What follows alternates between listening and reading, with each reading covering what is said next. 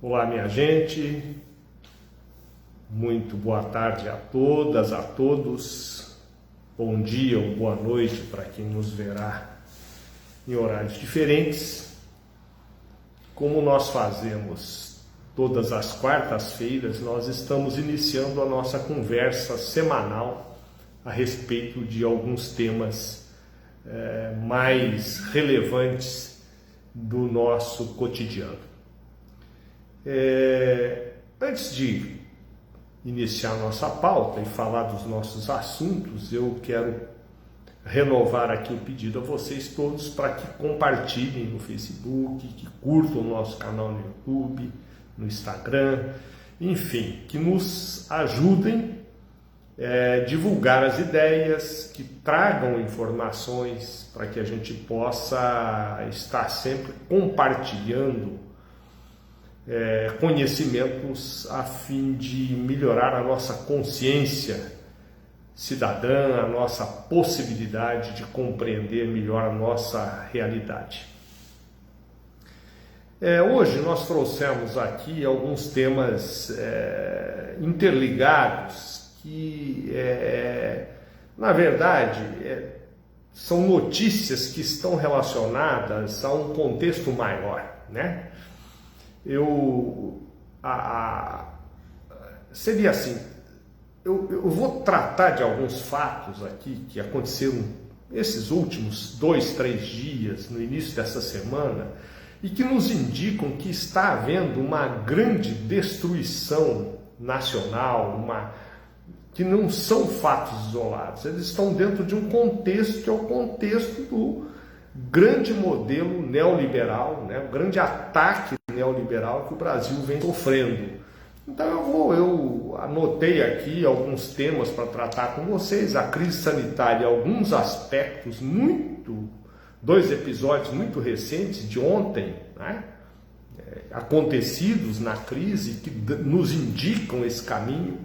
Eu vou tratar do cancelamento do censo, né, que deveria ser feito em 2021. Parece que agora o Supremo vai obrigar a que o censo seja feito. Eu vou tratar também da apreensão de madeiras no Amazonas e da demissão do superintendente da Polícia Federal.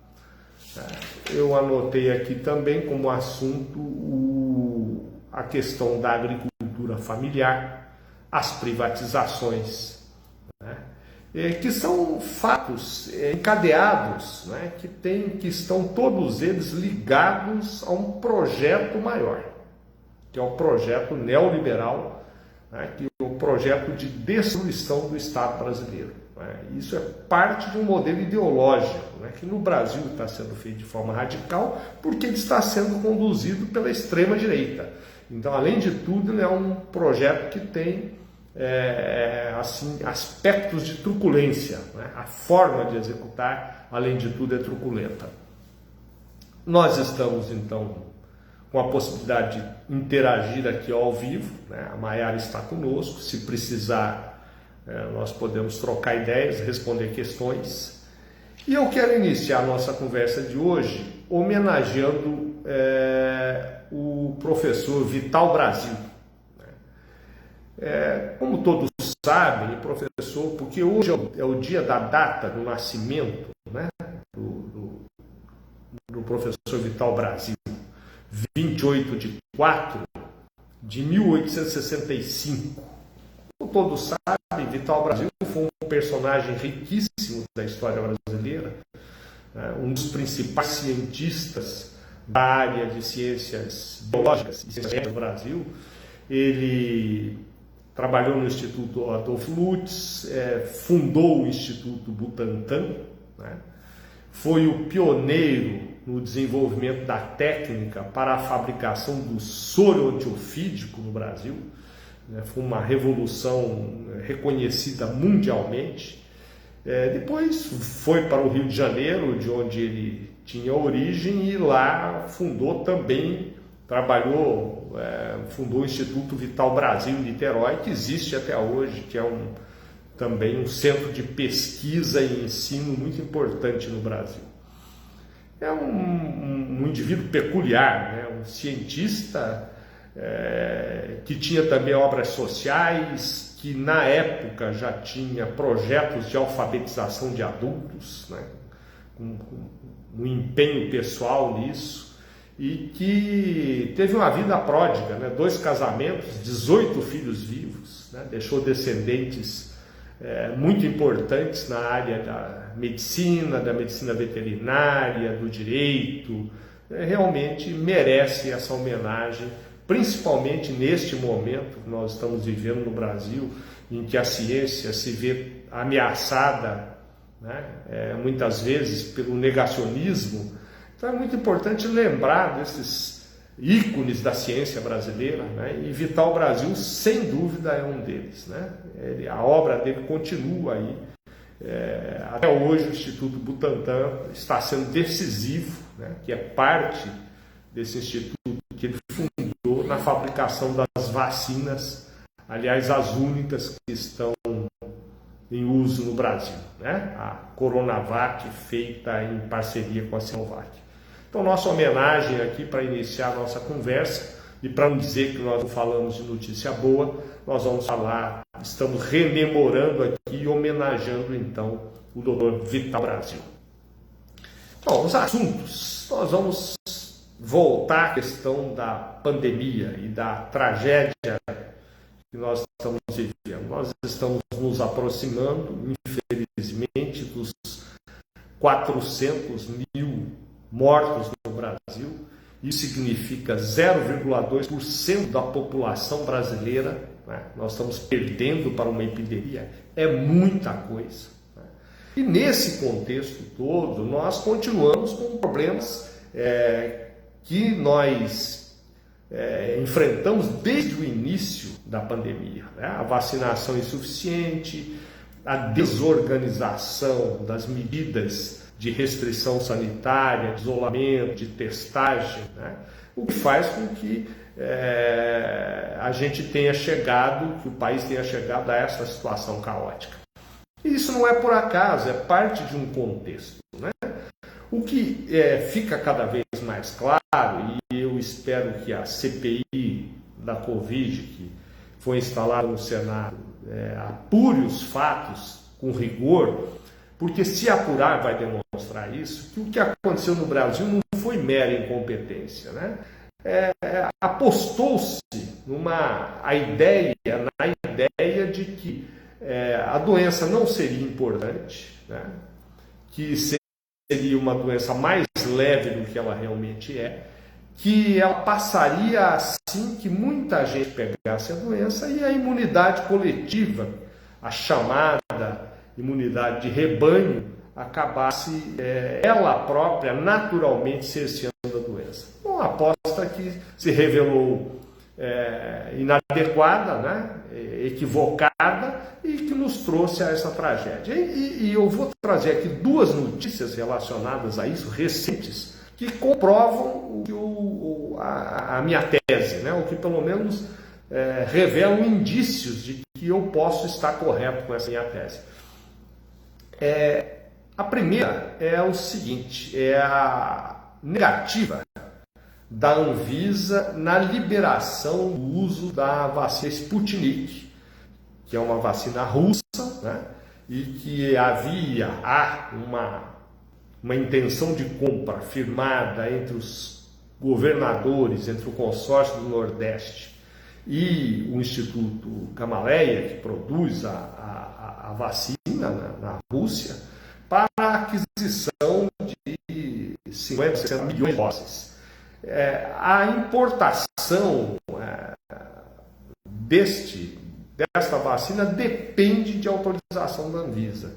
E após postergar muito tempo, a Anvisa ontem negou, né?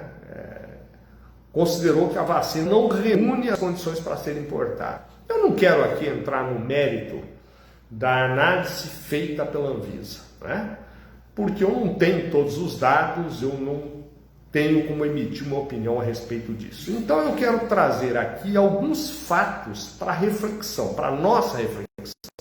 E cada um depois vai chegar às suas conclusões. Primeira coisa, esta vacina, né, a Sputnik V, a vacina russa, ela está sendo comercializada, ela foi comercializada e está sendo ou será usada em 62 países. Ela passou pelo crivo de várias agências sanitárias em outros países.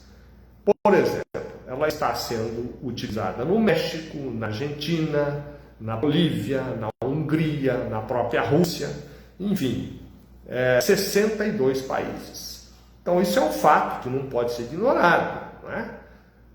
O que será que nós descobrimos a respeito dessa vacina que esses 62 países não sabem, né? Eu fui pesquisar, entrei, a Sputnik mantém uma página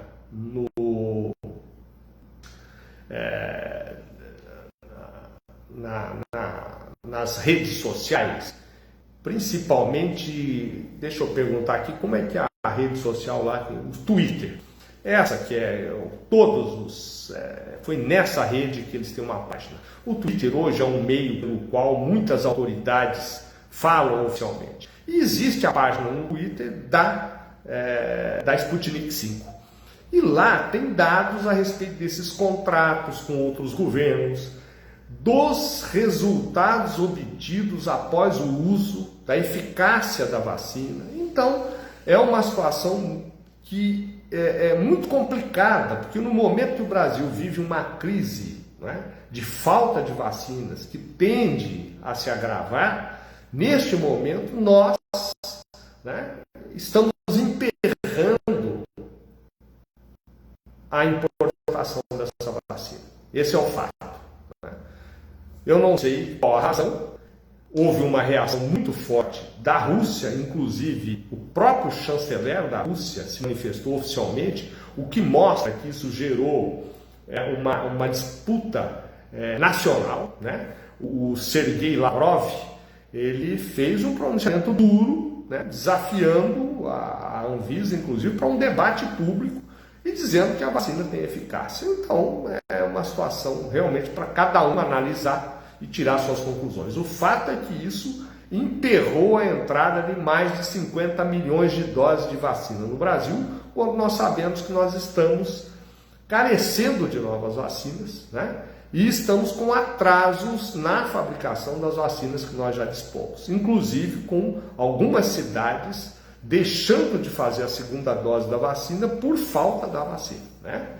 da Sinovac, que tem havido um atraso. A tecnologia empregada na Sputnik é a mesma tecnologia empregada na fabricação da AstraZeneca. E eu pesquisei também, não encontrei artigos, publicações denunciando problemas graves de efeitos colaterais que possam ter ocorrido com o uso da Sputnik V no México, na Argentina, enfim. O que eu encontrei foram alguns relatos, poucos, né, uma incidência muito pequena, de problemas tromboembólicos, né, desencadeados presumivelmente pelo uso da vacina da AstraZeneca. No entanto, a AstraZeneca está liberada no Brasil e a Sputnik V continua proibida. Inclusive com a denúncia grave do chanceler da Rússia, dizendo que houve pressão dos Estados Unidos, né, ainda no governo Trump, para que o Brasil não comprasse as vacinas da Rússia. Então pode ser que por trás disso a gente tenha um interesse comercial e uma disputa geopolítica. Né? Isso dentro do contexto neoliberal, sem dúvida nenhuma. O segundo fato, também relacionado, é o pronunciamento que vazou, né, que foi gravado, do ministro da Economia, o senhor Paulo Guedes, feito numa reunião com setores da saúde, né, ontem, onde ele diz claramente o seguinte: primeiro, saúde é muito caro, que o Brasil não tem como bancar saúde pública para todo mundo, e que ele imagina que o correto seria entregar um vale-saúde para cada cidadão brasileiro, para que ele procure os serviços particulares e seja atendido. Ele acha que isso daria uma agilidade. Fez duras críticas à China, né, dizendo que a China fabricou o vírus, mas quem fabrica a vacina boa são os Estados Unidos. Que a China não fabrica, as vacinas não são tão boas, né? E isso, no momento que nós dependemos, né, mais de todas as vacinas que nós estamos usando no Brasil, tanto a da AstraZeneca como a da Sinovac, são feitas com insumos farmacêuticos, né, um insumo farmacêutico ativo, fabricados na China. Então nós estamos criando. Hoje o embaixador da China reagiu, lembrando isso, diz, olha, somos nós que fornecemos, sem contar que a China é o nosso maior parceiro comercial, né, no mundo. Então nós temos essa situação. Quer dizer, aí é que eu quero trazer para vocês, que é uma visão neoliberal. Quando ele fala, o ministro da Economia, e não é novo, isso aí, o ex-ministro da Saúde, Mandetta, lá no início do mandato dele, quando ele assumiu, ele também tinha essa ideia, a proposta de criar os vouchers, né, que é um nome chique para vale, para que as pessoas, cada um, procurasse os recursos de saúde por si. É uma forma de transformar um problema coletivo, né, uma visão coletiva de saúde pública, numa questão individual. Quer dizer, então, cada um que se vire. Não podemos esquecer que saúde é muito mais amplo que isso, né? Lá em 1974 já foi publicado o relatório Lalonde, né?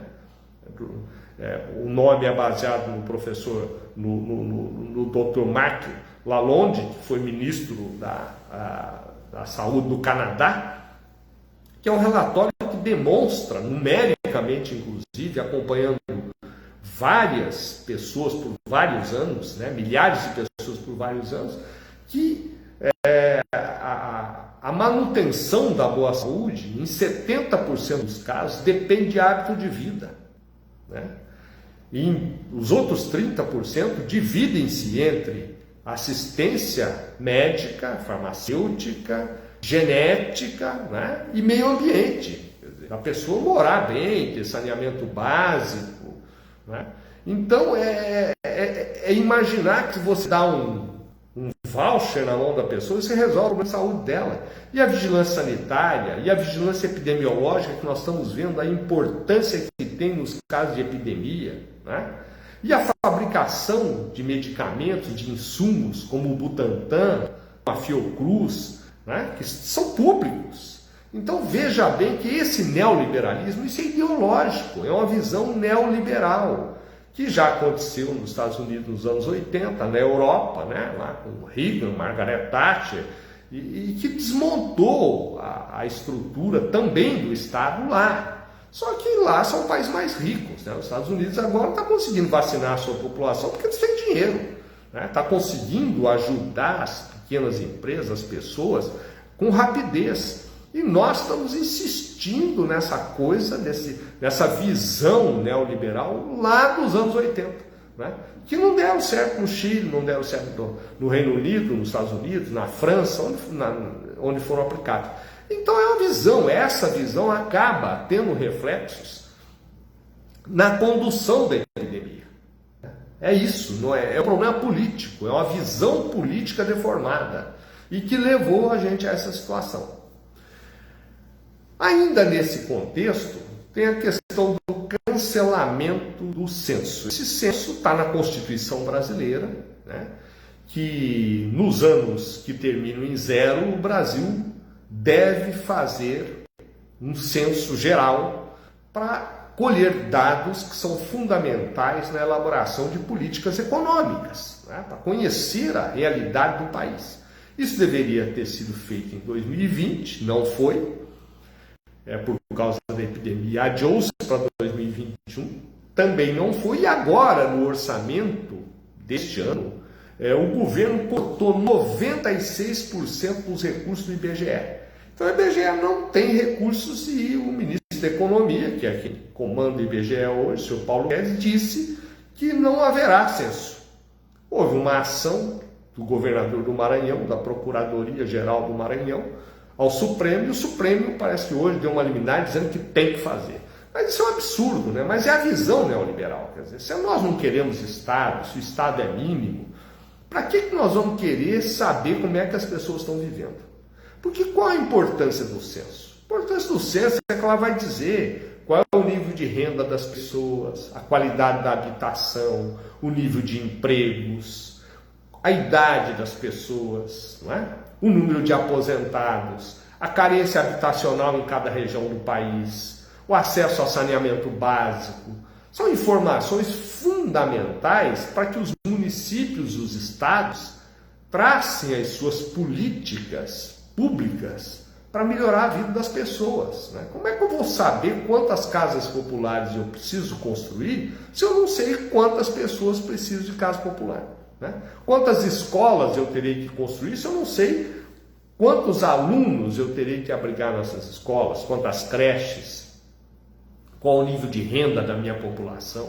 Então isso é um desmonte, é parte do desmonte do Estado, é a visão neoliberal. Nós não vamos gastar dinheiro com isso e não vamos. Isso vai ter, inclusive, vai criar dificuldades para a distribuição dos recursos do governo federal, que no Brasil boa parte dos impostos são arrecadados e vão para o governo federal e depois eles voltam para os estados e municípios.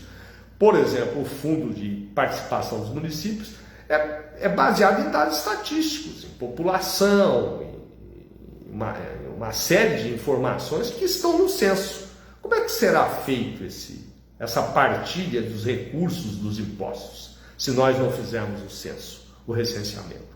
E o fato é que se não, e não sei de onde vão tirar o dinheiro agora, né? Porque não tem dinheiro no orçamento para isso. Aliás, esses cortes não foram só no IBGE, foram no IBGE, no IBAMA, na ciência e tecnologia, na saúde, na educação, nas universidades, menos nas emendas parlamentares, que tem, este ano nós teremos o maior volume de recursos para pagar emendas parlamentares da história do Brasil.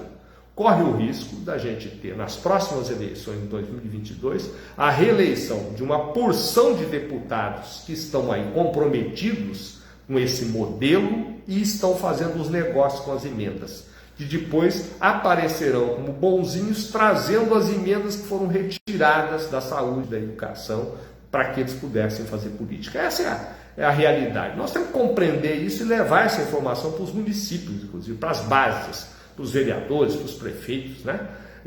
Ou pelo menos para aqueles que não sabem. Para aqueles que sabem, nós temos que dizer para eles que nós sabemos disso, né? E sabemos que eles sabem. Então, quando eles decidirem apoiar determinado deputado, determinado senador, eles sabem o que estão fazendo, né? Outro ponto, outra notícia, totalmente diferente, mas relacionada, a apreensão pelo IBAMA e pela Polícia Federal de 200 mil metros cúbicos de madeira de lei extraídos de forma ilegal na Amazônia, né, que estavam prontas para serem exportadas. O delegado da Polícia Federal que apreendeu essa madeira deu um depoimento essa semana na Câmara dos Deputados e confirmou as informações que a madeira não tinha documentação adequada, né? Que era na verdade, era um desvio milionário, né? Um contrabando de madeira. E o que fez o nosso ministro do Meio Ambiente? Ele foi lá e, ao invés de apoiar o delegado, o IBAMA, encontrar uma forma de resolver a situação, não, ele rapidamente tomou a defesa dos madeireiros, né, a ponto de que o próprio delegado da Polícia Federal, né, superintendente da Polícia Federal em Manaus, né, o delegado o Alexandre Saraiva, foi demitido, foi retirado do cargo. Então, é o neoliberalismo. É a mesma coisa que se faz com o IBGE, se faz com o IBAMA, com o ICMBio. Você tira a fiscalização, você desmonta o Estado e aí você libera para a iniciativa, para os negócios. Quer dizer, não precisa saber se é legal, se é ilegal. Tem lá o grupo que está ganhando dinheiro, está tudo certo. O passivo vai ficar depois, o desmatamento, a destruição do meio ambiente. Como vai ficar o passivo da questão do IBGE, que nós não vamos ter dados, vai ter um apagão de dados. Né? Como fica aí, está aí o passivo das vacinas? Estão pagando um preço altíssimo, com vidas, né?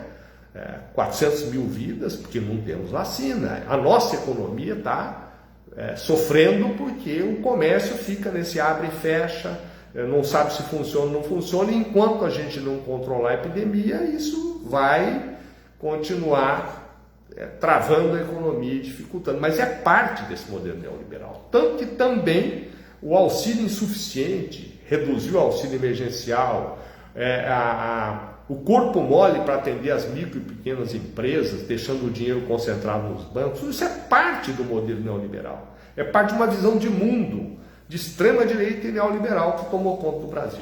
Mais um exemplo? Mais um exemplo. Nós temos aqui mais um exemplo, as privatizações, né? Das refinarias, dos gasodutos, agora está os Correios que estão disputando aí a possibilidade de vender, né? São empresas rentáveis que ajudam a captar recursos para o Tesouro Nacional, né? Que são estratégicos para o desenvolvimento. É a visão neoliberal. Vamos desmontar o Estado, a gente não precisa disso. Deixa os pequenos municípios, a gente extingue, porque é o que o seu Paulo Guedes defende. Ele acha que não tem que ter lá o banco postal da Caixa no município pequeno lá no interior. Ele não acha que tem que ter correio entregando correspondência lá, que tem que ter Banco do Brasil e tal. Ele acha que o município tem que ser extinto, sem levar em conta as peculiaridades culturais, a vida das pessoas, o modo que elas estão vivendo, né? A qualidade de vida que elas têm, os projetos pessoais e familiares que estão lá. Então essa é a insensibilidade do modelo neoliberal, levada ao extremo, né? É um governo de extremistas, a coisa é levada a ferro e fogo. Mais um exemplo? Mais um exemplo. Está aí rodando no Congresso a emenda, a PEC 32, que não é emenda ainda, né? Um projeto de emenda constitucional, que é da reforma administrativa, que propõe o quê? Acabar com a estabilidade do funcionalismo, cortar salários, reduzir cargos e abrir a contratação de terceirizados e temporários, os famosos cargos de confiança, que nós conhecemos tão bem em cada um dos nossos municípios, e que aí vão virar regra, não só nos municípios, mas nos estados e no próprio governo federal. Quer dizer, não precisa mais fazer concurso. Você é amigo do deputado, ele te indica, te nomeia. Isso era mais ou menos o que acontecia no Brasil antes da Constituição de 88, que acontecia muito na ditadura militar, né? A questão de nomear os paniguados, de arranjar vaga para os cabos eleitorais, para os cupinchas.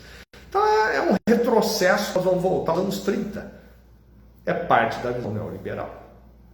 Mais um exemplo? Exemplo, a agricultura familiar. E aqui eu quero trazer até uma sugestão para que cada um procure saber no seu município aí como é que a prefeitura está se portando na questão da compra direta da agricultura familiar. Aqui em Ourinhos, na última sessão, a vereadora Roberta Estopa entrou, requereu que se coloque em funcionamento, né, que se regulamente claramente a lei 6619, né, que é uma lei que obriga a prefeitura a comprar parte dos alimentos da agricultura familiar. Isso está sendo desmontado no Brasil inteiro, né? E por que isso é importante? Por várias razões. Primeiro, do ponto de vista ambiental. Quando eu tenho agricultura familiar, eu produzo alimento próximo do consumo. Então eu reduzo o consumo de combustíveis, eu facilito, eu barateio o custo desses produtos, né?